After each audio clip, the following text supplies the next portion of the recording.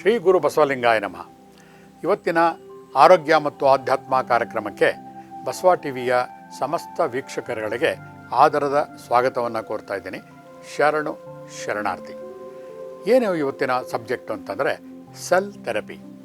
ನಮ್ಮ ದೇಹದಲ್ಲಿ ಸಾವಿರಾರಲ್ಲ ಮಿಲಿಯನ್ ಗಟ್ಟಲೆ ಬೇರೆ ಬೇರೆ ಅಣುಗಳು ಇದೆ. ಸಾಕೆ ಸೆಲ್ಗಳಂತ ಹೇಳ್ತೀವಿ. ಸೆಲ್ ಅನ್ನೋ ಪದಾನ ಉಪಯೋಗಿಸ್ತೀನಿ. ಆ ಒಂದು ಕಣಗಳಲ್ಲೂ ಕೂಡ ಒಂದು ರೀತಿಯ ಜೈವಿಕ ಶಕ್ತಿ ತುಂಬಿರುತ್ತೆ ಅಂತ ನಿಮಗೂ ಕೂಡ ಗೊತ್ತಿದೆ. ಅದನ್ನು ಉಪಯೋಗಿಸ್ಕೊಂಡು ಥೆರಪಿ ಹೇಗೆ ಮಾಡಬಹುದು? ಸಾಮಾನ್ಯವಾಗಿ ನಾವು ಒಂದು ಚರಾಚರ ವಸ್ತುಗಳು ಅನ್ನೋ ಪದಗಳನ್ನು ಉಪಯೋಗಿಸ್ತೀವಿ. ಚರಾಚರಗಳು ಅಂತಂದರೆ, ಚರ ಅಂತಂದರೆ ಅಲುಗಾಡ್ತಾ ಇರೋದು. ಚರಾಚರ ಅಂತಂದರೆ ಇವಾಗ ಫಾರ್ಮ್ ಉದಾಹರಣೆ ಕೊಟ್ಬಿಡ್ತೀನಿ ನಿಮಗೆ. ಇವೊಂದು ಟೇಬಲ್ ಇರುತ್ತೆ, ಅದೊಂದು ಹರಿತಿರೋ ನೀರು ಅಂಥದ್ದು ಚಲಿಸ್ತಾ ಇರುತ್ತೆ. ಒಂದು ಟೇಬಲ್ ಆದರೆ ಫಿಕ್ಸೆಡ್ ಆಗಿರುತ್ತೆ, ಒಂದು ಕಡೆ ಸ್ಟ್ಯಾಟಿಕ್ ಅನ್ನೋ ಪದ ಚೆನ್ನಾಗಿರುತ್ತೆ. ಅದಕ್ಕೆ ನಾವು ಹೇಳ್ತಿರೋದು ನಿಜಾನ? ಅದು ಒಂದು ಟೇಬಲ್ ಇರ್ಬೋದು, ಒಂದು ಘನವಾಗಿರುವಂತಹ ಒಂದು ವಸ್ತು, ಅದು ಮೂವ್ ಆಗೋದಿಲ್ಲ, ಒಂದು ಕಡೆ ಇದೆ ಅಂತಂದರೆ ಹೌದು ಅಂತ ನಾವು ಒಪ್ಕೋತೀವಿ. ಆದರೆ ಅದೇ ಒಂದು ಚರ ಆಗದೇ ಇರುವಂತಹ ವಸ್ತುವನ್ನು ನಾವು ಮೈಕ್ರೋಸ್ಕೋಪಲ್ಲಿ ನೋಡಿದಾಗ ಏನಾಗುತ್ತೆ, ಅದರಲ್ಲಿರುವಂತಹ ಒಂದು ಸಣ್ಣ ಕಣಗಳನ್ನು ಅಬ್ಸರ್ವ್ ಮಾಡಿದಾಗ ಅದರಲ್ಲೂ ನ್ಯೂಟ್ರಾನು, ಪ್ರೋಟಾನು, ಎಲೆಕ್ಟ್ರಾನ್ಗಳೆಲ್ಲ ಕಾಣಿಸ್ತಾ ಇರುತ್ತೆ. ಅದು ಕಂಟಿನ್ಯೂಸ್ ಆಗಿ ಸುತ್ತನೇ ಇರುತ್ತೆ. ಅಂದರೆ ಯಾವುದೋ ಒಂದು ರೂಮ್ ಟೆಂಪರೇಚರಲ್ಲಿ ಈ ಒಂದು ಪ್ರಕೃತಿಯಲ್ಲಿ ಆ ವಸ್ತು ನಮಗೆ ನಿರ್ಜೀವವಾಗಿ ಕಾಣಿಸ್ತಾ ಇರುತ್ತೆ ವಿನಃ ಅದನ್ನು ಮೈಕ್ರೋಸ್ಕೋಪಲ್ಲಿ ಅನಲೈಸ್ ಮಾಡಿ ನೋಡಿದಾಗ ಅದು ಕೂಡ ಚರಾಚರ ತಿರುಗಾಡುವಂತಹ ವಸ್ತು ಅಂತ ಗೊತ್ತಾಗುತ್ತೆ. ಅಂದರೆ ಪ್ರಪಂಚದಲ್ಲಿ ಯಾವುದೂ ಕೂಡ ಫಿಕ್ಸೆಡ್ ಅಲ್ಲ, ಪ್ರತಿಯೊಂದಕ್ಕೂ ಕೂಡ ಚಲನೆ ಇರುತ್ತೆ. ಹಾಗಾದರೆ ನಮ್ಮ ಸುತ್ತಮುತ್ತಲು ಕಾಣಿಸ್ತಿರುವಂತಹ ಈ ಮರ ಗಿಡಗಳಿರ್ಬೋದು, ಬಂಡೆಗಳಿರ್ಬೋದು, ಅವೆಲ್ಲ ಹೇಗೆ ಅಂತಂದರೆ ಅದನ್ನೇ ಆಧ್ಯಾತ್ಮಿಕವಾಗಿ ಭ್ರಮೆ ಅಥವಾ ಇಲ್ಯೂಷನ್ ಅಂತ ಹೇಳ್ತೀವಿ. ಎಷ್ಟೋ ಸತಿ ಆಧ್ಯಾತ್ಮಿಕ ಒಂದು ಪ್ರಪಂಚದಲ್ಲಿ ಹೇಳ್ತಾರೆ, ನಮ್ಮ ಸುತ್ತಲೂ ನಾವು ಏನು ನೋಡ್ತಾ ಇದ್ದೀವಲ್ಲ ಅದೆಲ್ಲ ಒಂದು ಭ್ರಮಾ ಪ್ರಪಂಚ. ನಿಜವಾದ ಪ್ರಪಂಚ ಯಾವುದು ಅಂತಂದರೆ, ನಾವು ಎಲ್ಲಿ ಆಕಾಶದಿಂದ ಅಥವಾ ಆಕಾಶದಿಂದ ಇನ್ನು ಮೇಲೆ ಉಚ್ಚಾತ್ಮದಿಂದ ಕೆಳಗಡೆ ಬಂದಿದ್ದೀವಲ್ಲ ಅದು ನಿಜವಾದ ಪ್ರಪಂಚ. ನಮ್ಮ ಮನೆ ಅಲ್ಲಿ, ಇದು ಸುಮ್ಮನೆ, ಹೀಗೆಲ್ಲ ಆಧ್ಯಾತ್ಮಿಕವಾಗಿ ಪದಗಳನ್ನು ಹೇಳ್ತಾ ಹೋಗ್ತಾರೆ. ನಾವು ಆಧ್ಯಾತ್ಮಿಕವಾಗಿ ಅರ್ಥ ಮಾಡಿಕೊಂಡಾಗ ಇದರ ಅರ್ಥ ಹೌದು ಅಂತ ಹೇಳ್ತೀವಿ. ಆದರೆ ನಮಗೆ ಈಗ ಏನಾಗಿದೆ, ನಾವು ಈ ಭೂಮಿ ಮೇಲೆ ಇರುವಾಗ ಆಧ್ಯಾತ್ಮಿಕದ ಕಡೆಗೆ ಹೆಚ್ಚಿಗೆ ನಾವು ಗಮನವನ್ನು ಕೊಡ್ತಾ ಇಲ್ಲ. ನಮ್ಮ ಗಮನವೆಲ್ಲ ಇವತ್ತು ನಾನು ಚೆನ್ನಾಗಿರಬೇಕು, ಇನ್ನೊಬ್ಬರಿಗೆ ನಾವು ಚೆನ್ನಾಗಿ ಕಾಣಿಸ್ಬೇಕು, ನಮ್ಮ ಕಾಯಿಲೆಗಳನ್ನು ಗುಣ ಮಾಡ್ಕೋಬೇಕು, ಇಷ್ಟೇ ನಮ್ಮ ಗಮನ ಅದ್ರ ಕಡೆಗೆ ಹೋಗ್ತಾ ಇದೆ. ಆತ್ಮೀಯರೇ, ಇರಲಿ, ಅದು ಕೂಡ ಮುಖ್ಯ. ಯಾಕಂದರೆ ಯಾವ ಮನುಷ್ಯನ ಆರೋಗ್ಯ ಸದೃಢವಾಗಿರುತ್ತೋ, ಚೆನ್ನಾಗಿರುತ್ತೋ, ಆವಾಗ ಅವನ ಮಾನಸಿಕ ಆರೋಗ್ಯ ಕೂಡ ಚೆನ್ನಾಗಿರುತ್ತೆ. ಒಂದಕ್ಕೆ ಒಂದು ಇಂಟರ್ ರಿಲೇಟೆಡ್. ದೈಹಿಕ ಆರೋಗ್ಯ ಚೆನ್ನಾಗಿದ್ದಾಗ ಮಾನಸಿಕ ಆರೋಗ್ಯ ಚೆನ್ನಾಗಿರುತ್ತೆ, ಮಾನಸಿಕ ಆರೋಗ್ಯ ಚೆನ್ನಾಗಿದ್ದಾಗ ದೈಹಿಕ ಆರೋಗ್ಯ ಚೆನ್ನಾಗಿರುತ್ತೆ. ಹಾಗಾದರೆ ದೈಹಿಕ ಆರೋಗ್ಯ ಚೆನ್ನಾಗಿರೋಕ್ಕೆ ಏನು ಮಾಡಬೇಕು ಅಂದರೆ, ಅದಕ್ಕೆ ನಾನಾ ಥರದ ಥೆರಪಿಗಳಿದೆ. ಸಾಮಾನ್ಯವಾಗಿ ನಾನು ಹೇಳೋದೆಲ್ಲ ಡ್ರಗ್ಲೆಸ್ ಥೆರಪಿ. ನನ್ನ ಕ್ಲಿನಿಕಲ್ಲೂ ಕೂಡ ನಾನು ಫಾಲೋ ಮಾಡ್ತಾ ಇರೋದು ಔಷಧ ರಹಿತ ಚಿಕಿತ್ಸೆ. ಅದರಲ್ಲಿ ಸೆಲ್ ಥೆರಪಿ ಕೂಡ ಒಂದು. ಸೆಲ್ ಅಂದ್ರೇನು? ನಮ್ಮ ದೇಹದಲ್ಲಿರುವಂತಹ ಮಿಲಿಯನ್ ಗಟ್ಟಲೆ ಬೇರೆ ಬೇರೆ ಸೆಲ್ಗಳಿದೆಯಲ್ಲ, ಅದನ್ನು ಉಪಯೋಗಿಸ್ಕೊಂಡು ಹೇಗೆ ನಮ್ಮ ಕಾಯಿಲೆಗಳನ್ನು ಗುಣ ಮಾಡಬಹುದು. ಇದು ನಾನು ನಮ್ಮ ಗುರುಗಳಿಂದ ಕಲಿತಂತಹ ಒಂದು ವಿದ್ಯೆ. ನನಗೆ ಒಂದು ಸ್ವಲ್ಪ ಅನುಮಾನ ಇತ್ತು, ಇದು ಹೇಗೆ ವರ್ಕ್ ಆಗುತ್ತೆ ನೋಡೋಣ ಅಂತಂದ್ಬಿಟ್ಟು ನಾನು ಒಂದು ಸೆಟ್ ಆಫ್ ಪೇಷಂಟ್ಸ್, ಒಂದು 20-25 ಜನ ಪೇಷಂಟ್ಗಳ ಮೇಲೆ ಸುಮ್ಮನೆ ಪ್ರಯೋಗ ಮಾಡಿದೆ. ಸುಮಾರು ಒಂದು 10-15 ವರ್ಷಗಳ ಹಿಂದೆ. ಎಷ್ಟು ಚೆನ್ನಾಗಿ ವರ್ಕ್ ಆಗ್ತಾ ಇದೆ ಅಂತಂದರೆ, ಫಾರ್ ಎಕ್ಸಾಂಪಲ್, ಈಗ ಒಂದು ಕಾಲಿನಲ್ಲಿ ಒಂದು ಗಾಯ ಆಗಿರುತ್ತೆ. ಆ ಗಾಯಕ್ಕೆ ನಾವು ಸಾಮಾನ್ಯವಾಗಿ ಏನು ಮಾಡ್ತೀವಿ, ಇಲ್ಲ ಆಂಟಿಬಯೋಟಿಕ್ ಕ್ರೀಮ್ ಹಾಕ್ತೀವಿ, ಅಥವಾ ಬ್ಯಾಂಡೇಜ್ ಹಾಕ್ತೀವಿ, ಅಥವಾ ಬೇರೆ ಯಾವುದಾದ್ರು ಒಂದು ಮಾಡರ್ನ್ ಔಷಧಿಗಳು, ಆಯಿಂಟ್ಮೆಂಟ್ಗಳನ್ನು ಹಾಕಿ ಅದಕ್ಕೆ ಪಟ್ಟಿಗಳನ್ನು ಕಟ್ತೀವಿ. ನಾನು ಸೆಲ್ ಥೆರಪಿ ಯೂಸ್ ಮಾಡಿ ಗುಣ ಆಗ್ಬೋದೇನೋ ಅಂತ ಒಂದು ನಿರೀಕ್ಷೆಯಿಂದ ಈ 30 ಜನಕ್ಕೆ ನಾನು ಬೇರೆ ಬೇರೆ ತೊಂದರೆ ಇರುವಂತಹ ವ್ಯಕ್ತಿಗಳನ್ನು ಸೆಲೆಕ್ಟ್ ಮಾಡಿಕೊಂಡು 15 ದಿವಸಗಳ ಕಾಲ ಸೆಲ್ ಥೆರಪಿಯನ್ನು ಪ್ರಯೋಗವನ್ನು ಮಾಡಿದೆ. ಆದ್ಮೇಲೆ ಸೆಲ್ ಥೆರಪಿ ಅಂದರೆ ಇನ್ನೇನಿಲ್ಲ, ನಮ್ಮ ಮನಸ್ಸನ್ನು ದೇಹದ ಯಾವ ಭಾಗ ನಮಗೆ ತೊಂದರೆ ಅಂತ ಅನ್ನಿಸ್ತಾ ಇದೆಯೋ ಆ ಭಾಗದ ಕಡೆಗೆ ಒಳ ಮನಸ್ಸನ್ನು ಹರಿಸೋದು. ಇದು ಬಹಳ ಈಸಿ. ಯಾವ ಮನುಷ್ಯನಿಗೆ ಕಲ್ಪನೆ ಮಾಡ್ಕೊಳ್ಳೋಕ್ಕೆ ಬಹಳ ಈಸಿಯಾಗಿ ಬರುತ್ತೋ ಅಂತಹ ವ್ಯಕ್ತಿ ಬಹಳ ಚೆನ್ನಾಗಿ ಇದನ್ನು ಮಾಡಬಲ್ಲ. ಉದಾಹರಣೆಗೆ ನಾವು ಮಂಡಿ ನೋವ್ತಾ ಇರುತ್ತೆ. ಅಂಥ ಸಂದರ್ಭದಲ್ಲಿ ಒಂದು ರಿಲ್ಯಾಕ್ಸೇಷನ್ ಸ್ಟೇಜಲ್ಲಿ ಕೂತ್ಕೊಂಡ್ಬಿಟ್ಟು ನಮ್ಮ ಒಳ ಮನಸ್ಸನ್ನು ದೀರ್ಘವಾಗಿ ಒಂದು ಲಯಬದ್ಧಕ್ಕೆ ತೊಗೊಂಬಂದು ಒಳ ಮನಸ್ಸಿನ ಹರಿವನ್ನು ಆ ನೋವಿರುವಂತಹ ಜಾಗಕ್ಕೆ ಹರಿಸಬೇಕು. ಆವಾಗ ಏನಾಗುತ್ತೆ ನೀವೇ ಯೋಚನೆ ಮಾಡಿ. ಯಾಕಂದರೆ ಇವಾಗ ನಿಮಗೆಲ್ಲ ಅನುಭವ ಆಗಿದೆ. ಈಗ ವೈಜ್ಞಾನಿಕ ಯಾವುದು, ಆಮೇಲೆ ಆಧ್ಯಾತ್ಮಿಕ ಯಾವುದು, ಪರ್ಯಾಯ ಚಿಕಿತ್ಸೆ ಯಾವುದು, ಹೇಗೆ ವರ್ಕ್ ಆಗುತ್ತೆ, ಸಾಕಷ್ಟು ಎಪಿಸೋಡ್ಗಳ ನೋಡಿರೋಂಥ ವ್ಯಕ್ತಿಗಳಿಗೆ ಅದು ಅರ್ಥ ಆಗ್ತಾ ಹೋಗ್ತಾ ಇದೆ. ಯಾವಾಗ ನಮ್ಮ ಒಳ ಮನಸ್ಸನ್ನು ದೇಹದ ಒಂದು ಭಾಗ ಕಡೆ ಹರಿಸ್ತೀವೋ ನಮಗೇ ಗೊತ್ತಿಲ್ಲದೆ ಇದ್ದಂಗೆ there are 2 type of forces, visible and invisible. Visible ಅಂದರೆ ಕಣ್ಣಿಗೆ ಕಾಣುವಂಥದ್ದು, ಇನ್ವಿಸಿಬಲ್ ಕಣ್ಣಿಗೆ ಕಾಣದೇ ಇರೋವಂಥದ್ದು. ಇವನ್ನ ಹೇಳ್ತೀವಿ, ನಿಮ್ಮ ಮನಸ್ಸನ್ನು ನಿಮ್ಮ ಮಂಡಿಯ ನೋವಿನ ಕಡೆ ಹರಿಸು. ಕಣ್ಣಿಗೆ ಕಾಣುತ್ತಾ? ಇಲ್ಲ. ರೆಕಾರ್ಡ್ ಮಾಡೋಕ್ಕಾಗತ್ತಾ? ಇಲ್ಲ. ಆದರೆ ಖಂಡಿತ ಅದು ಮಾಡ್ಬೋದು. ಹರಿಸಿದಾಗ ಆ ಮಂಡಿಯ ಗಾಯ ಏನು ಆಗಿರುತ್ತಲ್ಲ ಅದರ ಸುತ್ತಮುತ್ತಲು ಇರುವಂತಹ ಬಿಳಿಯ ರಕ್ತ ಕಣಗಳು ಪ್ರಚೋದನೆಗೊಳ್ಳುತ್ತೆ. ಅದು ನಮ್ಗೆ ಗೊತ್ತಿದೆ. ದೇಹದ ಯಾವ ಭಾಗದ ಕಡೆ ನಮ್ಮ ಮನಸ್ಸನ್ನು ನಾವು ಲಕ್ಷ್ಯ ಇಡ್ತೀವೋ ಒಳ ಮನಸ್ಸಿನಿಂದ ಆ ಭಾಗದ ಕಡೆಗೆ ರಕ್ತಗಳ ಸಂಚಾರ ಜಾಸ್ತಿ ಆಗುತ್ತೆ. ಯಾಕೆಂದರೆ ಅಲ್ಲಿ ಹಾರ್ಮೋನ್ ಸೆಕ್ರೇಷನ್ ಆಗುತ್ತೆ. ಆಗಿ ಬಿಳಿಯ ರಕ್ತಗಳ ಬಂದು ಆ ಜಾಗವನ್ನು ಹೀಲ್ ಮಾಡುತ್ತೆ. ಇದೇ ತತ್ವವನ್ನು ದೇಹದ ಬೇರೆ ಬೇರೆ ಕಾಯಿಲೆಗಳಿಗೂ ಕೂಡ ನಾವು ಅಪ್ಲೈ ಮಾಡ್ಕೋಬೋದು. ಈಗ ಅನ್ನಿಸ್ತಾ ಇದೆ, ಬಹಳ ವರ್ಷಗಳ ಹಿಂದೆ ನಾನು ಒಬ್ಬ ಭೇಟಿ ಮಾಡಿದ ನಾಗಾ ಸಾಧುವಿನ ಒಂದು ಕಥೆಯನ್ನು ನನಗೆ ನೆನಪು ಬರ್ತಾ ಇದೆ. ಒಂದು ಸತಿ ನಾಗಾ ಸಾಧು ಬಾಣಾವರದ ಹತ್ರ, ಬೆಂಗಳೂರಿನ ಹತ್ರ ಒಂದು ಸ್ಥಳದಲ್ಲಿ ಸುಮಾರು ಒಂದು 100-150 ಜನ ಬಂದಿದ್ದರು. ಅಲ್ಲಿ ಒಂದು ವ್ಯಕ್ತಿ ಹೀಗೆ ಒಂದು ಯಾವುದೋ ತೊಂದರೆ ಬಗ್ಗೆ ನಾನು ಬೇರೆ ಬೇರೆ ಭಾಷೆಗಳಲ್ಲಿ ಅವ್ರ ಜೊತೆ ಸಂವಹನ ಮಾಡಿದಾಗ ಅಲ್ಲಿ ವಿಷಯ ಗೊತ್ತಾಗಿದ್ದೇನು ಅಂತಂದರೆ, ಅವರು ಈ ಒಂದು ಪರ್ಯಾಯ ಒಂದು ಮುಗಿದ ತಕ್ಷಣ ಅವ್ರೇನು ಮಾಡ್ತಾರೆ, ಯಾವುದೋ ಒಂದು ಇಂಟೀರಿಯರ್ ಕಾಡಿನ ಒಳಗಡೆ ಹೋಗ್ಬಿಡ್ತಾರೆ. ಅಲ್ಲಿ ಅವ್ರಿಗೆ ಕಾಯಿಲೆ ಬಂದರೆ ಏನು ಮಾಡ್ತೀರಾ, ಈ ಮಳೆ ಬಂದಾಗ ಅಥವಾ ಹಿಮ ಸುರಿತಿರುವಾಗ ಇವೆಲ್ಲ ಏನು ಮಾಡ್ತೀರಾ ಅಂತ ನಾನು ಪ್ರಶ್ನೆಗಳ ಸರಮಾಲೆಗಳನ್ನೇ ಹಾಕಿದೆ. ಆವಾಗ ಅವರಿಂದ ಪಡ್ಕೊಂಡಂತಹ ಉತ್ತರ ಅಂದರೆ ಮೈ ನವಿರೇಳಿಸುತ್ತೆ. ಅಲ್ಲಿ ಬಂದಂತಹ ಒಂದು ಉತ್ತರ ಕೂಡ ಸೆಲ್ ಥೆರಪಿ. ಅವ್ರು ಹೇಳ್ತಾರೆ, ಕಣ್ಣು ಮುಚ್ಕೋತೀವಿ, ಕಂಪ್ಲೀಟ್ ನಮ್ಮ ದೇಹದ ಯಾವ ಭಾಗ ತೊಂದರೆ ಆಗಿದೆಯೋ ಅಂತರ್ಗತವಾಗಿ ಆ ಜಾಗವನ್ನು, ಆ ಆರ್ಗನ್ ಅಂತ ಏನು ಹೇಳ್ತೀವಲ್ಲ ಅದಕ್ಕೂ ಜೊತೆಗೆ ಅದಕ್ಕೆ ಸಂಬಂಧಪಟ್ಟಂತಹ ಚಕ್ರಗಳನ್ನು ಧ್ಯಾನ ಮಾಡ್ತೀವಿ. ನೋಡಿ, ನಾವೀಗ ಲೇಟೆಸ್ಟಾಗಿ ರೇಖಿ, ಪ್ರಾಣಿಕ್ ಹೀಲಿಂಗ್ ಇವೆಲ್ಲ ಕಲಿತಾ ಇದ್ದೀವಲ್ಲ, ಚಕ್ರಧ್ಯಾನ ಅಂತ ಕೂಡ ಇದೆ ನಮ್ಮ ಕ್ಲಿನಿಕಲ್ಲಿ. ಅದು ಕೂಡ ನಾನು ಕ್ಲಾಸ್ಗಳು ಕಂಡಕ್ಟ್ ಮಾಡ್ತಾ ಇದ್ದೀನಿ. ಚಕ್ರಧ್ಯಾನ ಎಷ್ಟು ಪವರ್ಫುಲ್ ಅಂತ ಅವತ್ತು ನಮಗೆ ಗೊತ್ತಾಯಿತು ಬಂಧುಗಳೇ.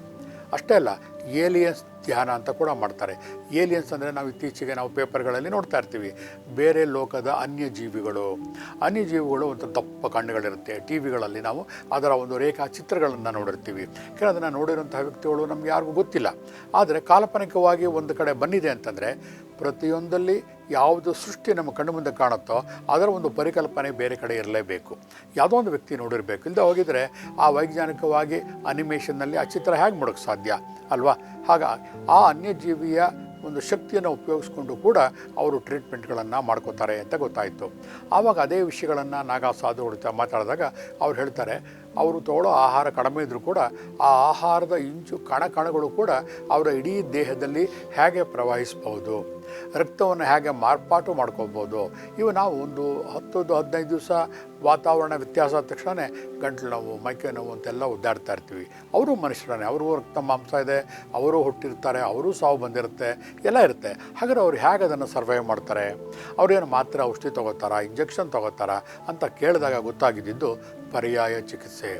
ಪ್ರತಿಯೊಂದು ಕೂಡ ಪರ್ಯಾಯ ಚಿಕಿತ್ಸೆಯಲ್ಲೂ ಕೂಡ ಅವರು ಯಾವುದೇ ಔಷಧಿಗಳನ್ನಾಗಲಿ ಕಷಾಯಗಳನ್ನಾಗಲಿ ತೊಗೊಳೋದಿಲ್ಲ ಬಂಧುಗಳೇ. ಬಹಳ ಅವ್ರು ಮಾಡೋದು ಅಂತಂದರೆ ಮೆಡಿಟೇಷನ್.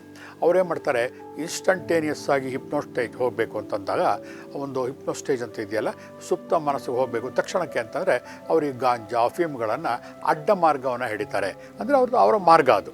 ಅದರಲ್ಲಿ ತಪ್ಪು ಸರಿ ಪ್ರಶ್ನೆ ಬರಲ್ಲ. ಯಾಕಂದರೆ ನಮ್ಮ ಈ ಸಮಾಜದಲ್ಲಿ ನಾವು ಈ ಗಾಂಜಾ ಇರ್ಬೋದು, LSD ಇರ್ಬೋದು, ಅದನ್ನು ತೊಗೊಂಡಾಗ ಏನಾಗುತ್ತೆ, ಅದೊಂದು ಕೆಟ್ಟ ದಾರಿ ಅಂತ ಹೇಳ್ತೀವಿ.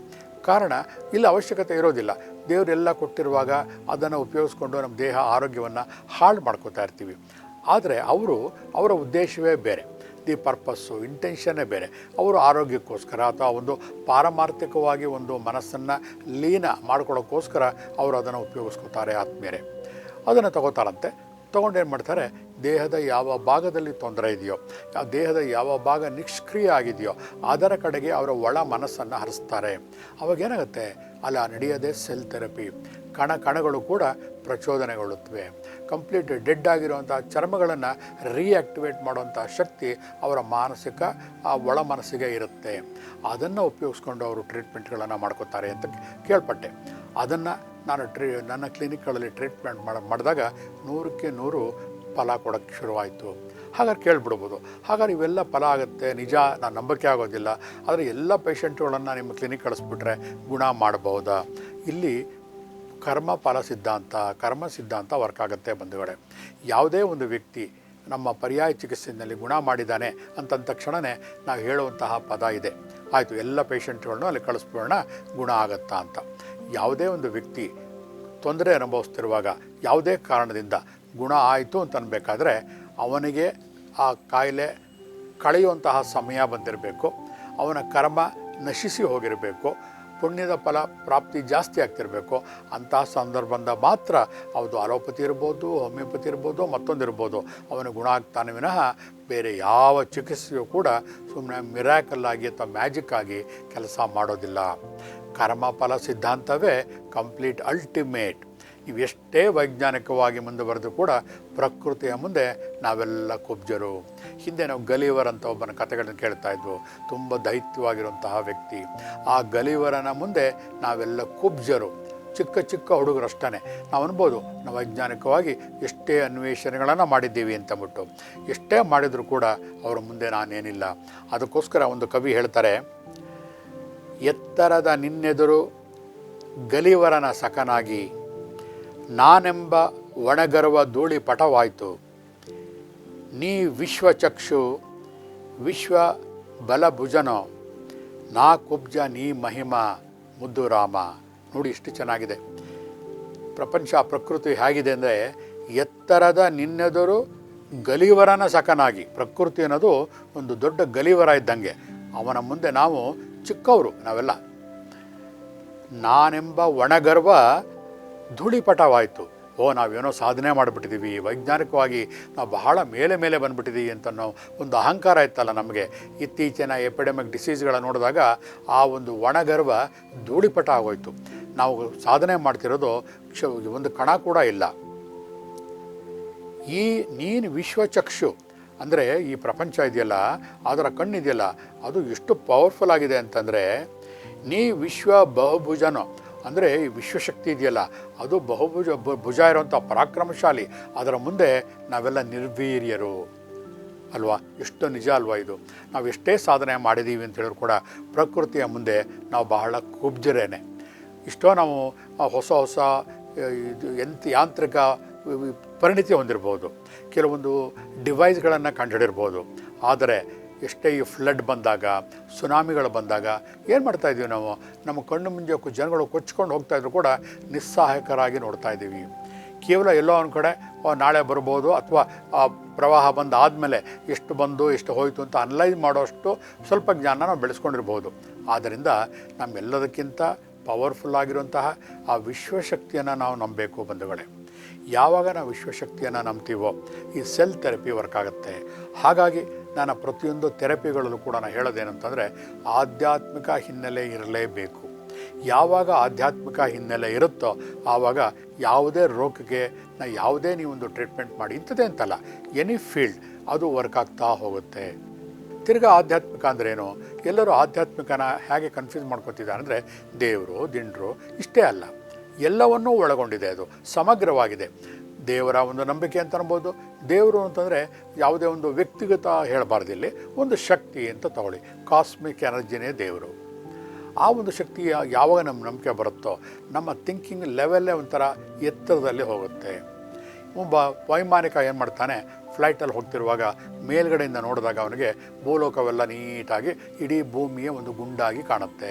ಆಗ ಭೂಮಿಯಲ್ಲಿ ಹರಿಯುವ ನದಿಗಳು ಕೂಡ ಕಾಲುವೆಗಳಾಗಿ ಕಾಣುತ್ತೆ. ಆಗ ಮೇಲಿಂದ ನೋಡಿದಾಗ ಸಮಗ್ರದ ಒಂದು ದೃಷ್ಟಿಯಿಂದ ಭೂಮಿಯನ್ನು ನೋಡ್ತಾನೆ. ಹಾಗಾಗಿ ಅವನಿಗೆ ಎಲ್ಲಿ ಹಳ್ಳ ಇದೆ, ಎಲ್ಲಿ ನೀರಿದೆ ಎಲ್ಲವೂ ಕೂಡ ಗೊತ್ತಾಗ್ತಾ ಇರುತ್ತೆ. ಅದೇ ಭೂಮಿ ಮೇಲೆ ಇಂಥ ಮನುಷ್ಯನಿಗೆ ಮುಂದೆ ಹಳ್ಳ ಇದ್ದರೂ ಕೂಡ ನಮ್ಮ ಬರೀ ಕಣ್ಣು ಕಾಣಲ್ಲ. ಯಾಕೆ? ನಮ್ಮ ಇಂದ್ರಿಯಗಳ ಒಂದು ಲಿಮಿಟೇಷನ್ ಇರುತ್ತೆ. ನಮಗೆ ಕಿವಿ ಕೇಳೋದು ಕೆಲವು ಅಡಿಗಳ ದೂರ, ಕಣ್ಣು ಕಾಣುವುದು ಸ್ವಲ್ಪ ದೂರ, ಸ್ಮೆಲ್ ಸ್ವಲ್ಪ ದೂರ, ಸ್ಪರ್ಶ ಟಚ್ ಮಾಡಿದಾಗ ಮಾತ್ರ. ಹೀಗೆ ನಮ್ಮ ಪಂಚೇಂದ್ರಿಯಗಳ ಲಿಮಿಟೇಷನ್ನು ಕಡಿಮೆ ಇರುತ್ತೆ. ಯಾವಾಗ ನಾವು ಪಂಚೇಂದ್ರಿಯಗಳನ್ನು ದಾಟಿ ಆ ಲಿಮಿಟನ್ನು ದಾಟಿ ಹೊರಮುಖನಾಗಿ ಅಬ್ಸರ್ವ್ ಮಾಡ್ತಿರ್ತೀವಲ್ಲ, ಅದೇ ಆಧ್ಯಾತ್ಮ. ಆತ್ಮದ ಆಚೆ ನಾವು ಅರಿವನ್ನು ಏನು ಬೆಳೆಸ್ಕೋತೀವಲ್ಲ, ಅದೇ ಆಧ್ಯಾತ್ಮ. ಯಾವಾಗ ನಮ್ಮ ಚಿಂತನೆಗಳು ಆಧ್ಯಾತ್ಮದ ಅರಿವಿನ ಕಡೆ ಬರುತ್ತೆ, ಇದರಲ್ಲಿ ಯಾವುದೇ ಜಾತಿ ಮತ ಭೇದ ಇಲ್ಲ. ಪ್ರತಿಯೊಂದು ಜಾತಿ ಮತ ಇವನ್ನು ಕ್ರಿಶ್ಚಿಯನ್ಸ್ ಕುರಾನ್ ಇರ್ಬೋದು, ಪ್ರತಿಯೊಂದು ಯಾವುದನ್ನೇ ತಗೊಳ್ಳಿ ಕಂಪ್ಲೀಟ್ ಎಲ್ಲವೂ ಕೂಡ ನಂಬಿಕೆಗೆ ಅರ್ಹವಾಗಿರುವಂಥದ್ದನ್ನೇ. ಅವರವರ ಪರಿಕಲ್ಪನೆಗಳು ಬೇರೆ ಅಷ್ಟೇ.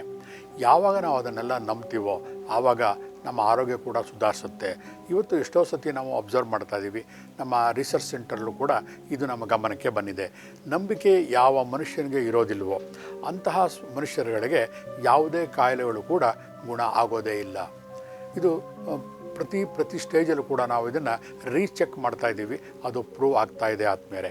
ಕೆಲವು ವ್ಯಕ್ತಿಗಳು ಬರ್ತಾರೆ, ಅವ್ರಿಗೆ ಯಾವುದೇ ಫೀಲ್ಡಲ್ಲೂ ಕೂಡ ನಂಬಿಕೆ ಇರೋದಿಲ್ಲ, ಪ್ರತಿಯೊಂದರಲ್ಲೂ ಕೂಡ ಅನುಮಾನ ಇರುತ್ತೆ. ಅಂಥವ್ರಿಗೆ ಏನಾಗಿರುತ್ತೆ ಅಂದರೆ ಎಲ್ಲ ಕೈಗಳು ಒಂಥರ ಸೆಟೆದುಕೊಂಡಿರುತ್ತವೆ, ಅಥವಾ ಅವ್ರ ಲೈಫಲ್ಲಿ ಮುಂದೆ ಬಂದಿರೋದಿಲ್ಲ. ಎಷ್ಟೇ ಜ್ಞಾನ ಇದ್ದರೂ ಕೂಡ, ಎಲ್ಲ ಆರೋಗ್ಯ ಚೆನ್ನಾಗಿದ್ರೂ ಕೂಡ ಕೊಂಕು ಬುದ್ಧಿ ಅಂತ ಹೇಳ್ತೀವಲ್ಲ, ಹಾಗಾಗಿ ಪ್ರಪಂಚದ ಜನಗಳಿಂದ ದೂರ ಆಗಿರ್ತಾರೆ. ಅವರು ಕೆಳಗೆ ಬಿದ್ದರೂ ಕೂಡ ಮೀಸೆ ಮಣ್ಣಾಗಲಿಲ್ಲ ಅಂತ ಹೊಂಬತನವನ್ನು ತೋರಿ ಬದುಕಿರ್ತಾರೆ ವಿನಃ ಆತ್ಮೀಯತೆ ಇರೋದಿಲ್ಲ. ಹಾಗಾದರೆ ಆತ್ಮೀಯತೆ ಅಂದರೆ ಏನು, ಹೇಗಿರಬೇಕು ಜನ ಅಂತಂದರೆ, ಎಲ್ಲರೂ ಕೂಡ ಆ ವ್ಯಕ್ತಿನ ನೋಡಿದ ತಕ್ಷಣ ಇಷ್ಟಪಡಬೇಕು, ಅವನ ಸನಿಹ ಬಂದರೆ ಏನೋ ಶಾಂತಿ ಸಿಗುತ್ತೆ ಅಂತ ಭಾವನೆ ಬರಬೇಕು. ಹೇಗೆ ಒಂದು ಅರಳಿಯ ಮರದ ಕೆಳಗೆ ನಿಂತಾಗ ಬಿಸಿಲಲ್ಲಿ ಜನಕ್ಕೆ ಅಬ್ಬಾ ಒಂಥರ ರಿಲ್ಯಾಕ್ಸೇಷನ್ ಆಗ್ತಾಯಿದೆ ಅಂತ ಭಾವನೆ ಬರುತ್ತೋ, ಆ ರೀತಿ ಭಾವನೆ ಯಾವಾಗ ಒಂದು ವ್ಯಕ್ತಿಯ ಸನಿಹ ನಮಗೆ ಸಿಗುತ್ತೋ ಆ ವ್ಯಕ್ತಿ ಆರೋಗ್ಯವಾಗಿದ್ದಾನೆ, ಪರಿಪೂರ್ಣವಾಗಿದ್ದಾನೆ ಅಂತ ಅರ್ಥ. ಹಾಗಾದ್ರೆ ಸೆಲ್ಫ್ ಥೆರಪಿ ಸಾಧ್ಯ ಇದೆಯಾ, ಮಾಡ್ಬೋದಾ? ಖಂಡಿತ ಮಾಡ್ಕೋಬೋದು. ನೀವು ಮನೆಯಲ್ಲೇ ಪ್ರಯತ್ನ ಪಡ್ಬೋದು. ಕಂಪ್ಲೀಟು ನಿಮ್ಮ ದೇಹದಲ್ಲಿ ಏನು ತೊಂದರೆ ಆಗ್ತಾ ಇದೆ ಅಂತ ಅನ್ಕೋತಿರಲ್ಲ, ಆ ಕ್ಷಣಕ್ಕೆ ನಿಮ್ಮ ಒಳ ಮನಸ್ಸನ್ನು ಅದಕ್ಕೆ ಹರಿಸಿ. ಅದಕ್ಕೆ ಕೆಲವೊಂದು ಮೆಥಡ್ಗಳಿದೆ, ಅದು ನಾನು ಕ್ಲಿನಿಕ್ಕಿಗೆ ಬಂದು ಕೂಡ ಹೇಳ್ಕೊಡ್ಬಲ್ಲೆ. ನಾನು ನಿಮಗೆ ಕೆಲವೊಂದು ಫೋನ್ಗಳಲ್ಲಿ ಕೂಡ ನೀವು ಕೇಳಿ ತಿಳ್ಕೊಬೋದು ಅದನ್ನು. ಅದಕ್ಕೆ ಆ ಮೆಥಡನ್ನು ಫಾಲೋ ಮಾಡಿದಾಗ ಮನಸ್ಸನ್ನು ಹರಿತಿರುವಂತಹ, ವೇಗವಾಗಿ ಹೋಗ್ತಿರುವಂತಹ ಮನಸ್ಸಿಗೆ ಸ್ವಲ್ಪ ಬ್ರೇಕನ್ನು ಹಾಕಿ ಶಾಂತಚಿತ್ತವಾಗಿ ಕೂತ್ಕೊಂಡು, ಈ ಬುದ್ಧನ ಒಂದು ಸ್ಟ್ಯಾಚ್ಯೂ ಇದ್ದಾಗ ಹೇಗಿರುತ್ತೋ ಅದನ್ನು ಕಲ್ಪನೆ ಮಾಡಿಕೊಂಡು ಕೂತ್ಕೊಂಡು ನಿಮ್ಮ ಮನಸ್ಸನ್ನು ನಿಮ್ಮ ದೇಹದ ಕಡೆಗೆ ಹರ್ಕೋಬೋದು. ಕೆಲವರು ಪ್ರಶ್ನೆ ಕೇಳ್ಬೋದು, ಆಯಿತು ಈ ಒಂದು ಸೆಲ್ ಥೆರಪಿನ ನಮಗೆ ನಾವು ಉಪಯೋಗಿಸ್ಕೋತೀವಿ, ಹಾಗೆ ಬೇರೆಯವ್ರಿಗೂ ಮಾಡಬಹುದಾ? ಖಂಡಿತ ಸಾಧ್ಯ ಇದೆ ಬಂಧುಗಳೇ. ಯಾಕಂದರೆ ಹೇಗೆ ನಮಗೆ ರೇಖಿ, ಪ್ರಾಣಿಕ್ ಹೀಲಿಂಗ್ ಇಂಥ ಎನರ್ಜಿಗಳನ್ನು ಡಿಸ್ಟೆನ್ಸ್ ಹೀಲಿಂಗ್ ಅಂತ ಕೊಡ್ತೀವಿ. ಅಂದರೆ ದೂರ ಸ್ಪರ್ಶ ಚಿಕಿತ್ಸೆ, ಕೈಯೆಲ್ಲ ಟಚ್ ಮಾಡ್ದೇನೆ ಯಾವುದೋ ವ್ಯಕ್ತಿ ಈ ಭೂಮಂಡಲದ ಯಾವುದೇ ಭಾಗದಲ್ಲಿರ್ಬೋದು, ಅಲ್ಲಿಗೆ ಈ ಒಂದು ರೇಖಿ ಎನರ್ಜಿಗಳನ್ನು ನಾವು ಹೇಗೆ ಫ್ಲೋ ಮಾಡ್ತೀವೋ ವಿಶ್ವರೇಖಿ ಶಕ್ತಿಯನ್ನು, ಅದೇ ರೀತಿಯಲ್ಲಿ ಈ ಸೆಲ್ ಥೆರಪಿ ಕೂಡ ವರ್ಕ್ ಆಗುತ್ತೆ. ಅದಕ್ಕೆ ಆಧಾರ ಅಂತಂದರೆ ಕ್ವಾಂಟಮ್ ಫಿಸಿಕ್ಸ್. ಅದೇ ಒಂದು ತತ್ವದ ತಗೋತು ಅಂತಂದರೆ ಬೇರೆಯವ್ರಿಗೂ ಕೂಡ ನಾವು ಟ್ರೀಟ್ ಮಾಡ್ಬೋದು. ನಾವೀಗ ಶಾಂತಚಿತ್ತ ಅಂದರೆ ಒಂದು ಗಾದೆ ಇದೆ, ಯಾವಾಗ ನಮ್ಮ ಒಂದು ಕೆಟಲಲ್ಲಿ ಕಾಫಿ ತುಂಬ ಇದ್ದಾಗ ಮಾತ್ರ ನಾವು 10 ಜನಕ್ಕೆ ಕಾಫಿಯನ್ನು ಕೊಡ್ಬೋದು. ನಮ್ಮ ಕೆಟಲಲ್ಲಿ ಕಾಫಿ ಬೇರೆ ಅರ್ಧ ಲೋಟ ಇದ್ದಾಗ ಬೇರೆಯವ್ರಿಗೆ ಏನು ಕೊಡೋಕ್ಕಾಗೋದಿಲ್ಲ. ಹಾಗಾಗಿ ನಮ್ಮ ಅಂತರ್ಶಕ್ತಿ ಜಾಸ್ತಿ ಇರಬೇಕು, ನಮ್ಮ ಆತ್ಮ ಮನಸ್ಸು ಜೋರಾಗಿರಬೇಕು, ನಮ್ಮ ಇಂಟೆನ್ಷನ್ನು ಪರಿಪೂರ್ಣವಾಗಿ ಶುದ್ಧವಾಗಿರಬೇಕು, ಅದರಲ್ಲಿ ಯಾವುದೇ ರೀತಿಯ ಆರ್ಥಿಕತೆಯ ಒಂದು ಸುಳಿವು ಕೂಡ ಇರಬಾರ್ದು. ಆವಾಗ ನಿಷ್ಕಲ್ಮಶವಾಗಿ ಕ್ರಿಸ್ಟಲ್ ಕ್ಲಿಯರ್ ಅಂತ ಹೇಳ್ತಾರಲ್ಲ, ಆ ರೀತಿಯ ಮನಸ್ಸಲ್ಲಿದ್ದುಕೊಂಡು ಸಮಾಜ ಸೇವೆಯೇ ಒಂದು ನನ್ನ ಉದ್ದೇಶ ಅಂತ ಮಾಡಿಕೊಂಡಾಗ ಖಂಡಿತ ನಮ್ಮ ಎಲ್ಲ ಹೀಲಿಂಗ್ಗಳು ಕೂಡ ಕ್ಷಣ ಮಾತ್ರದಲ್ಲಿ ಕ್ಲಿಕ್ ಆಗುತ್ತೆ. ಕಾರಣ ಇಷ್ಟೇ, ಒಬ್ಬ ಹೀಲರ್ ಮನಸ್ಥಿತಿ ಹೇಗಿರಬೇಕು ಅಂದರೆ, ನನ್ನ ಹತ್ರ ಯಾವುದೊಂದು ವ್ಯಕ್ತಿ ಬಂದಿದ್ದಾನೆ, ಅದು ಬಂದಿರೋದು ಯಾವುದೋ ದೇವರು ಕಳಿಸ್ಕೊಟ್ಟಿರುವಂಥ ಒಂದು ಆಪರ್ಚುನಿಟಿ. ಈ ಜೀವನದಲ್ಲಿ ಎಲ್ಲರೂ ಕ್ಷಣಿಕ, ನನ್ನ ಹತ್ರ ಬಂದಿರುವಂಥ ವ್ಯಕ್ತಿಗೆ ನನ್ನ ಕೈಲಾದ ಸಹಾಯನ ಮಾಡಬೇಕು, ಆ ಭಾವನೆ ಆ ಹೀಲರಲ್ಲಿ ಮೊದಲಿರಬೇಕು. ಎರಡನೇದು, ಬರುವಂತಹ ಕ್ಲೈಂಟು ಕೂಡ, ಆ ಒಂದು ಪೇಷಂಟು ಕೂಡ ಒಂದು ಪವಿತ್ರವಾದಂತಹ ವ್ಯಕ್ತಿ ಜೊತೆ ಬಂದಿದ್ದೀನಿ ಅನ್ನೋ ನಂಬಿಕೆ ಅವ್ರಿಗೂ ಕೂಡ ಇರಬೇಕು. ಯಾವಾಗ ಅಲ್ಲಿ ಆ ಅನ್ಯೋನ್ಯತೆ ಇರುತ್ತಲ್ಲ, ಗುರು ಶಿಷ್ಯ ಸಂಬಂಧಗಳ ಥರ ಡಾಕ್ಟರ್ ಮತ್ತು ರೋಗಿಯ ಸಂಬಂಧ ಕೂಡ ಅದೇ ರೀತಿ ಇದ್ದಾಗ ಮಾತ್ರ ಯಾವುದೇ ಥೆರಪಿ ವರ್ಕ್ ಆಗುತ್ತೆ ಬಂಧುಗಳೇ. ಅದು ಎಕ್ಸ್ಟ್ರಾರ್ಡಿನರಿ ಸೆಲ್ ಥೆರಪಿ ಮಾತ್ರ ಬೇರೆ ಔಷಧಿಗಳ ಥರ ಅಲ್ಲ, ಇದು ಬಹಳ ವಿಶೇಷವಾಗಿರುವಂಥದ್ದು. ಸೆಲ್ ಥೆರಪಿನ ನಾನು ಇದೇ ಒಂದು ಆಧ್ಯಾತ್ಮಿಕ ವಿದ್ಯೆ ಅಂತ ಕೂಡ ನಾನು ಹೇಳ್ತೀನಿ. ಹಿಂದಿನ ಕಾಲದಲ್ಲಿ ನೀರನ್ನು ಮಂತ್ರಿಸಿ ಟ್ರೀಟ್ ಮಾಡ್ತಾಯಿದ್ರು, ಕೈಗಳನ್ನು ಟಚ್ ಮಾಡಿ ಟ್ರೀಟ್ ಮಾಡ್ತಾಯಿದ್ರು. ಈಗ ನಮ್ಮ ನವಯುಗದಲ್ಲಿ ಅದಕ್ಕೆ ನಾವು ಸೆಲ್ ಥೆರಪಿ ಅಂತ ಕರೆಯೋಣ. ಸೆಲ್ ಥೆರಪಿ ಖಂಡಿತ ವರ್ಕ್ ಆಗುತ್ತೆ. ಇದಕ್ಕೆ ವೈಜ್ಞಾನಿಕವಾಗಿ ಕೂಡ ನೀವು ಪ್ರೂವ್ ಮಾಡಬಹುದು. ಯಾಕಂದರೆ it is a proved science. Quantum ಫಿಸಿಕ್ಸೇ ಆಧಾರ ಇದಕ್ಕೆ, ಬೇರೆ ಇನ್ನೇನಲ್ಲ. ಹಾಗಾಗಿ ಯಾಕೆ ಮಾಡ್ಕೋಬಾರ್ದು? ಈಗ ಮನೆಯಲ್ಲಿ ಒಂದು ಮಗು ಇರುತ್ತೆ, ಏನೋ ತೊಂದರೆ ಆಗಿರುತ್ತೆ, ಮಾನಸಿಕವಾಗಿ ಕ್ಷಣಾರ್ಥದಲ್ಲಿ ನಾವು ರಿಲ್ಯಾಕ್ಸೇಷನ್ ಕೂತ್ಕೊಂಡು ಆ ಪುಟ್ಟ ಮಗು ನಮ್ಮ ಮುಂದೆ ಮಲಗಿರುತ್ತೆ. ಮನಸ್ಸಿನ ಒಳ ಚಕ್ಷುವಿನಿಂದ ಅಂದರೆ ನಮ್ಮ ಆಜ್ಞಾಚಕ್ರ ಅಂತ ಇರುತ್ತಲ್ಲ, ಅಲ್ಲಿಂದ ಮನಸ್ಸನ್ನು ಕೇಂದ್ರೀಕರಿಸಿ ಆ ಮಗುವಿನ ಮೇಲೆ ಅದನ್ನು ಫೋಕಸ್ ಮಾಡಿ, ಯಾವ ಆರ್ಗನ್ ಅಥವಾ ಹೊಟ್ಟೆ ನೋವ್ತಾ ಇರುತ್ತೆ, ಹೊಟ್ಟೆಯ ಕಡೆ ನಮ್ಮ ಒಳ ಮನಸ್ಸನ್ನು ಕೇಂದ್ರೀಕೃತ ಮಾಡಿ ಕೇವಲ 4-5 ನಿಮಿಷ ಧ್ಯಾನ ಮಾಡಿದಾಗ, ಅದಕ್ಕೆ ಒಂದು ಪ್ರೊಸೀಜರ್ ಇದೆ, ಆ ರೀತಿ ಮಾಡಿದಾಗ ಏನಾಗುತ್ತೆ ಅಂದರೆ ಆ ಮಗುವಿನ ನೋವು ಕ್ಷಣ ಮಾತ್ರದಲ್ಲಿ ಗುಣ ಆಗುತ್ತೆ. ನಿಮ್ಗೆ ಆಶ್ಚರ್ಯ ಆಗ್ಬೋದಲ್ಲ, ಇದೆಲ್ಲ ಈ ಕಾಲದಲ್ಲಿ ನಡೆಯುತ್ತಾ? ನೋಡಿ, ಇದು ಸರ್ವ ಕಾಲದಲ್ಲೂ ಕೂಡ ಪ್ರತಿಯೊಬ್ಬರೂ ಮಾಡಬಹುದಾದಂತಹ ವಿದ್ಯೆ. ಆದರೆ ಏನಾಗಿದೆ, ಒಂದು ಮಾಡರ್ನ್ ನವಯುಗದಲ್ಲಿ ಹೊಸ ಕಾನ್ಸೆಪ್ಟ್ಗಳು ಬಂದು ನಮ್ಮ ಮೈಂಡು ಎಲ್ಲ ಒಂದು ಪ್ರಕ್ಷುಬ್ಧ ಆಗ್ತಾ ಇದೆ. ಯಾವುದನ್ನು ಕೂಡ ಕ್ರಿಸ್ಟಲ್ ಕ್ಲಿಯರ್ ಇಲ್ಲ. ನಾವು ಯಾವುದೇ ಒಂದು ಹೊಸ ವಿದ್ಯೆ ಹೇಳಿಕೊಟ್ರು ಕೂಡ ಬಂದು ಕಲಿತವ್ರು ಏನು ಮಾಡ್ತಾರೆ, ಅವರ ಟ್ರೀಟ್ಮೆಂಟು ಗುಣ ಆಯಿತು ಅಂತ ಹೋಗೋದಿಲ್ಲ. ಆ ವಿದ್ಯೆ ಕಲ್ತ್ಕೊಂಡು ಅವರಿಂದ ದುಡ್ಡು ಹೇಗೆ ಮಾಡ್ಬೋದು, ಅಥವಾ ಅದನ್ನು ನಾವು ಬೇರೆಯವ್ರಿಗೆ 50 ರೂಪಾಯಿ ಕಲ್ತ್ಕೊಂಡು 1500 ರೂಪಾಯಿ ಹೇಗೆ ಮಾಡ್ಬೋದು, ಈ ರೀತಿ ಅವ್ರ ಮನಸ್ಸು ಓಡ್ತಾ ಇರುತ್ತೆ. ಯಾವ ಕ್ಷಣದಲ್ಲಿ ಮನಸ್ಸು ಆ ಗರ್ವದ ಕಡೆ, ಎಗೋಯಿಸಮ್ ಕಡೆ ಬರುತ್ತೋ ಅಲ್ಲಿ ಟ್ರೀಟ್ಮೆಂಟು ಝೀರೋ ಆಗುತ್ತೆ. ಯಾವೊಬ್ಬ ಹೀಲರ್ ಮನಸ್ಸು ಕೂಡ ಅಷ್ಟು ಗರ್ವರಹಿತವಾಗಿರಬೇಕು. ಮನಸ್ಸು ಶಾಂತವಾಗಿದ್ದಾಗ ಬರುವಂತಹ ವ್ಯಕ್ತಿಗಳು ದೇವರೇ ಕಳಿಸ್ಕೊಟ್ಟಂತಹ ವ್ಯಕ್ತಿ ಅಂತ ನಾವು ಭಾವನೆಗಳನ್ನು ತಗೊಂಡಾಗ ಯಾರೇ ಬರಲಿ ಅವ್ರನ್ನ ಹೀಲ್ ಮಾಡೋಕ್ಕೆ ಸಾಧ್ಯ ಆಗುತ್ತೆ ಆತ್ಮೀಯರೇ. ಹಾಗಾಗಿ ಇವತ್ತಿನ ವಿಷಯ ನಿಮ್ಗೆ ಹೇಳ್ತಾ ಇದ್ದೇನೆ, cell therapy it is A beautiful science. ಅದರ ಬಗ್ಗೆ ನಾನು ಸಿಡಿಗಳು ಕೂಡ ಮಾಡಿದ್ದೀನಿ, ಇಷ್ಟಪಟ್ಟರು ಅದನ್ನು ಕೂಡ ಪಡಿಬೋದು. ಅದನ್ನು ಕೇವಲ ಅರ್ಧ ಗಂಟೆ ಸಿಡಿಗಳಲ್ಲಿ ಅಟ್ಲೀಸ್ಟ್ ಸೆಲ್ ಥೆರಪಿ ಅಂತಂದರೆ ಏನು, ಅದು ಹೇಗೆ ವರ್ಕ್ ಆಗುತ್ತೆ, ಇಸ್ ಇಟ್ ವರ್ಕಿಂಗ್, ಸೈಂಟಿಫಿಕ್ ನೀವು ಮಾಡಿ.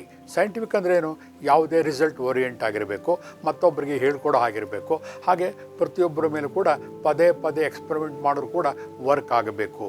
ಈ ಎಲ್ಲ ಪ್ಯಾರಾಮೀಟರ್ಗಳನ್ನು ಕೂಡ ಸೆಲ್ ಥೆರಪಿ ಮಾಡುತ್ತೆ. ಇವತ್ತು ಎಲ್ಲ ಟ್ರೀಟ್ಮೆಂಟ್ಗಳು ಕೂಡ ನಡೀತಾ ಇರೋದೇ ಸೆಲ್ ಥೆರಪಿ ಆಧಾರದ ಮೇಲೆ. ಇವಾಗ ಒಬ್ಬ ಡಾಕ್ಟರ್ ಆಪ್ರೇಟ್ ಮಾಡ್ತಾನೆ, ಅವತ್ತೇನು ಹೇಳ್ತಾನೆ, ಆಪ್ರೇಟ್ ಮಾಡಿದ ತಕ್ಷಣ ನಾಳೆ ನಡ್ಕೊಂಡು ಹೋಗು ಅಂತ ಹೇಳ್ತಾನೆ? ಇಲ್ಲ, ಸೆಲ್ಗಳೆಲ್ಲ ಕೂಡ್ಕೋಬೇಕು, ಆಮೇಲೆ ನೀವು ಫಿಸಿಕಲ್ ಎಕ್ಸಸೈಸ್ ಮಾಡಿ ಅಂತ ಹೇಳ್ತಾನೆ. ಅಂದರೆ ಏನು ಬಂತು, ಅಲ್ಲೂ ಕೂಡ ಸೂಕ್ಷ್ಮ ಜ್ಞಾನ ಇದೆ. ಅವನು ಕಟ್ ಮಾಡಿ ಹೊಲಿದು ಸರಿಯಾಗಿ ಕೂಡಿಸಿರ್ತಾನೆ, ಅಷ್ಟೇ, ಮೂಟೆ ಕಟ್ಟದಂಗೆ. ಆದರೆ ಒಳಗಡೆ ಅದು ಹೀಲಿಂಗ್ ಆಗಬೇಕು ಅಂತ ಇದೆಯಲ್ಲ, ಹೀಲಿಂಗ್ ಅಂದರೆ ಏನು, ಆ ಸೆಲ್ಗಳು ಕೂಡ್ಕೋಬೇಕು, ಸೆಲ್ಲುಗಳ ಜೋಡಣೆ ಮರು ಜೋಡಣೆ ಆಗಬೇಕು. ಆವಾಗಲೇ ಆ ಜಾಗ ಹೀಲ್ ಆಯಿತು ಅಂತ ಅರ್ಥ ಅಲ್ವಾ. ಯಾವುದೇ ಒಂದು ಟ್ರೀಟ್ಮೆಂಟ್ ತೊಗೊಂಡಾಗ ತಲೆಯಿಂದ ಕಾಲಿನವರೆಗೂ ಕೂಡ ಕಂಪ್ಲೀಟ್ ದೇಹವನ್ನು ಈ ಸೆಲ್ ಥೆರಪಿಯ ಮುಖಾಂತರ ನಾವು ಗುಣಪಡಿಸಬಹುದು.